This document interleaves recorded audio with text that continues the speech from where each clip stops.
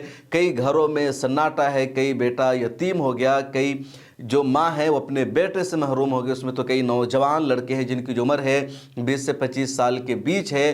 تو 4 سے 5 لوگوں کی پولیس فائرنگ میں موت ہو جاتی ہے، 10 لوگ شدید زخمی ہو گئے اور پولیس ذمہ داری لینے کو تیار نہیں ہے. ابھی تک مرنے والوں کے اہل خانہ کو معاوضہ نہیں ملا ہے، سرکار کی طرف سے ان کے لیے کوئی تعزیت کا میسج نہیں آیا ہے اور ان کو ہی قصوروار بتایا جا رہا ہے. جبکہ سب سے زیادہ سوال وشنو شنکر جین کی ٹیم پر اٹھ رہا ہے، سروے کرنے والی ٹیم پر اٹھ رہا ہے، کیونکہ سروے کرنے والی ٹیم مسجد کے پاس جب سروے کرنے پہنچتی ہے تو وہ جے شری رام کا نعرے لگاتی ہے، مسلمانوں کو بھڑکانے کا کام کرتی ہے، مسلمانوں کو اکسایا جاتا ہے، جس کے بعد پورا ماحول خراب ہوا. لیکن ابھی تک سروے کرنے والی ٹیم کے خلاف پرشاسن نے کوئی بھی ایکشن نہیں لیا ہے.